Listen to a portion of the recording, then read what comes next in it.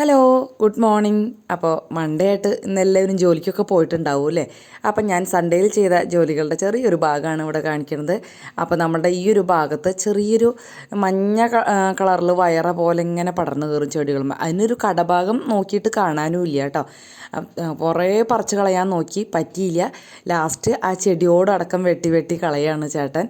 ചെറിയ നീലപ്പൂക്കളും അതുപോലെ കോളാമ്പി, ചെമ്പരത്തി ഒക്കെയാണ് അവിടെ നിന്നിരുന്നത്.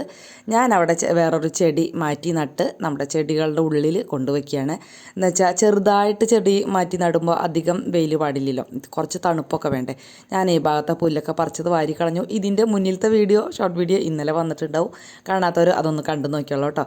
ഞാൻ പറഞ്ഞില്ലത് ഈ ഒരു മഞ്ഞ കളറ് ഇതാണ് നിറയെ പടർന്ന് കയറുന്നത് കേട്ടോ.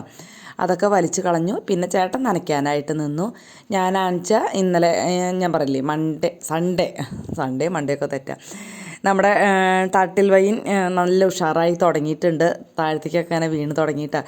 ഇനി കുറച്ചങ്ങോട്ട് ആയി കഴിഞ്ഞാൽ വെട്ടി നിർത്തിയാൽ നല്ല ഭംഗിയായിരിക്കും കാണാനായിട്ട്. പിന്നെ നനയ്ക്കൽ ചേട്ടൻ ചെയ്തോളും. എനിക്ക് ഷോർട്ട് വീഡിയോ എഡിറ്റ് ചെയ്യാണ്ടായിരുന്നു. ഞാൻ വേഗം ഷോർട്ട് വീഡിയോ എഡിറ്റ് ചെയ്യാനൊക്കെ പോയി.